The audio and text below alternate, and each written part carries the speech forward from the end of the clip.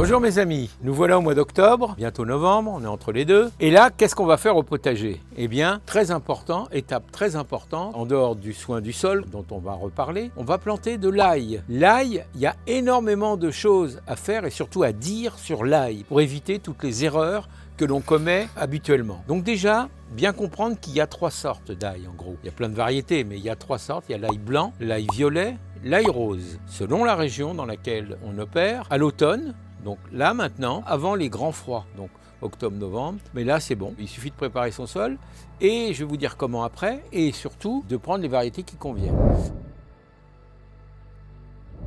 Alors quel genre d'ail prendre? Alors on peut récolter, on peut utiliser l'ail qu'on a récolté l'année dernière, ça c'est une possibilité. Si on veut avoir vraiment de l'ail sain, bien sûr il y a un investissement à faire, c'est l'ail certifié. Qu'est-ce que ça veut dire ail certifié?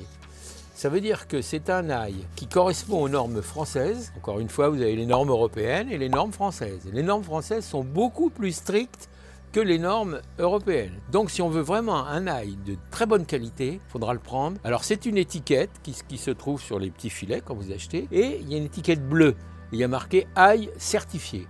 Alors pour être certifié, l'ail doit être à sa 6e génération. 5 ans avant de commencer à récolter les premières récoltes d'ail, vous voyez. Et pendant ces 5 ans-là, on cultive sous filet. Sous filet, vous voyez, c'est quand même contraignant, c'est pas à la portée des particuliers, hein.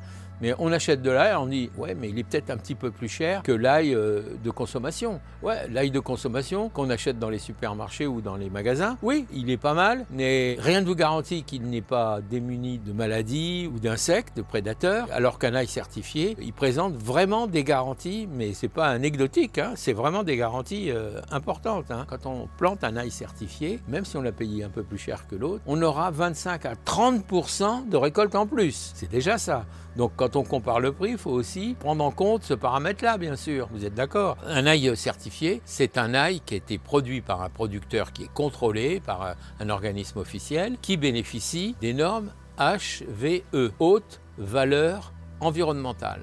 Et après, il y a une note qui correspond à ça, 2, 3, 4, etc. Si on est dans un ail qui a une note de 3 en HVE, c'est déjà excellent. Donc on prend de l'ail violet, de l'ail blanc, et on utilise cet ail-là pour le planter et pour avoir une récolte plus importante. Donc planter de l'ail certifié, c'est s'assurer d'avoir un ail sain avec un état sanitaire optimal et avoir une origine aussi contrôlée. Alors les régions les plus productrices pour ça, pour la semence, c'est la Drôme. Souvent c'est de l'ail de Drôme, on en fait aussi dans le sud-ouest, hein, bien sûr. Mais sachez que l'ail certifié, quelle que soit la région, il subit les mêmes contrôles que les autres. Donc c'est ça qu'il va falloir être attentif pour avoir son truc.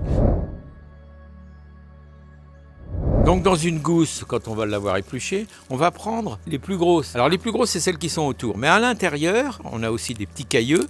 Et ils sont beaucoup plus petits, vous voyez. C'est des cailleux plus petits. On peut les planter. On n'aura jamais des grosses gousses d'ail si on fait ça. Donc mon conseil, c'est de prendre les petits qui sont à l'intérieur et de les planter, mais à part, séparément du reste, pour faire de l'aillet. L'aillet, c'est de l'ail frais qu'on peut manger au printemps. Donc on n'aura jamais des grosses gousses, mais l'aillet, il va pousser et donc on pourra l'utiliser dans la cuisine au printemps, y compris les feuilles. On pourra aussi utiliser les feuilles de la base surtout, mais toutes les feuilles pour faire l'aillet. Mais ce n'est pas l'ail proprement dit, et il est consommable frais dès le printemps. Donc si on plante de l'ail et que son sol est humide, s'il est très humide, je vous déconseillerais de le planter à l'automne, parce qu'il va encore y avoir des périodes humides et votre ail, si votre sol n'est pas assez souple, il va finir par pourrir, par s'abîmer. Donc attendez un peu, sinon. Si vous avez un sol qui s'écoule bien, qui reste frais mais sans être détrempé, alors là, vous aurez intérêt à le planter, comme je vous l'ai dit, là, octobre-novembre, c'est ce qu'on va faire, en tout cas pour le violet et le blanc. Si vraiment vous voyez que dans votre terrain, quand après la pluie, il reste de l'eau, ça veut dire que ça ne s'écoule pas trop bien. Là, il n'aime pas trop ça, il n'aime même pas du tout ça.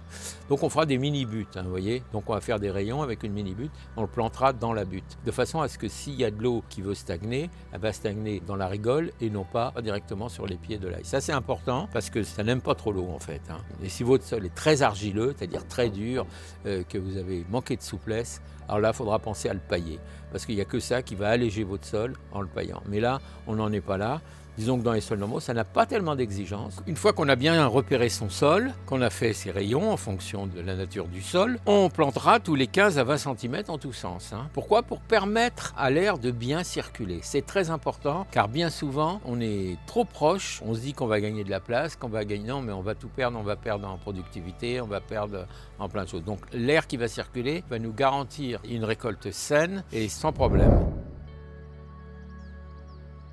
Donc bien sûr, on pourra fertiliser à l'azote quand on estimera, mais ça c'est qu'une fois au printemps, pas trop tôt. On pourra essayer d'utiliser de la cendre de bois ou du purin de consoude. Là, je vous ai donné la recette précédemment, comment on fait son purin de consoude. Mais attention, un peu d'azote, oui, au moment où les bulbes se forment, mais après, il faudra quand même cesser au moins 3 semaines avant la récolte, ne plus mettre de fertilisant. Pourquoi? Parce que vous allez compromettre la conservation. Et ce n'est pas le but. Si c'est trop azoté, eh bien vous aurez de l'ail qui se conservera mal, même si vous avez pris toutes les précautions d'usage. Alors, je vous invite à ne pas le faire et à tenir compte de ça. Concernant le climat, l'ail résiste jusqu'à moins 18 degrés en moyenne. Donc vous voyez, évidemment, si on est dans la montagne ou ailleurs, ça va être peut-être plus compliqué. Climat continental, on est quand même pas mal.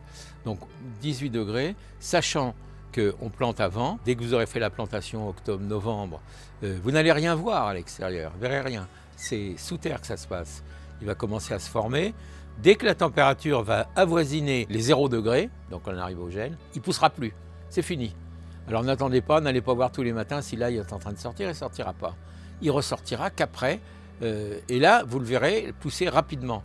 Mais toute la période avant l'hiver et pendant l'hiver est importante pour que l'ail se constitue et si vous avez pris un ail certifié, vous aurez des très belles gousses et vous serez satisfait de votre récolte, bien sûr. Alors selon la région où on est, si dans une région moyenne, de température moyenne, on peut se permettre de planter l'ail blanc sans problème, l'ail violet. Pour le rose, on peut le faire si on est dans une région à climat relativement tempéré, sinon on attendra février-mars pour le faire. On détecte en réalité 5 maladies sur l'ail. C'est toujours la pourriture blanche, c'est toujours le thrips, le botrytis. Tout ça ce sont des champignons, et la teigne du poireau par exemple. Tout ça sont des maladies. Le meilleur moyen de les éviter sans utiliser de produits chimiques, c'est de bien espacer la plantation entre 15 à 20 cm dans tous sens à la plantation. Le plan certifié présente cet avantage, c'est qu'il est indemne de tout ça. Vous avez plus grande chance de réussite en utilisant les fameux plans certifiés, parce qu'on sait que ça coûte plus cher, mais on sait aussi qu'on a une récolte qui au fond ne revient pas plus cher, et au moins on récolte, c'est ça l'avantage. La récolte, on considère que ce sera en mai-juin, à peu près, selon le climat, etc. 3 semaines avant la récolte, il faudra cesser tous les arrosages, Donc, alors évidemment, s'il fait extrêmement sec, mais avec vraiment parcimonie, vraiment. Parce que sinon, on aura des soucis pour conserver nos eaux. Alors après, il faudra procéder à la récolte, proprement dit. Donc quand on aura arraché nos bulbes, on va les laisser sécher pendant 1 mois. Quand on aura le poids des bulbes, on multipliera par 0,75, on obtiendra le poids idéal pour la conservation. Voilà, il faut qu'il ait perdu 25% de son poids, qui est de l'humidité, et donc là, il pourra être stocké bien au sec. Alors, stocké au sec, c'est toujours pareil, dans un endroit, dans le noir. Ça peut être même à l'intérieur. L'idéal, c'est pas plus de 18 degrés, en gros, c'est ça.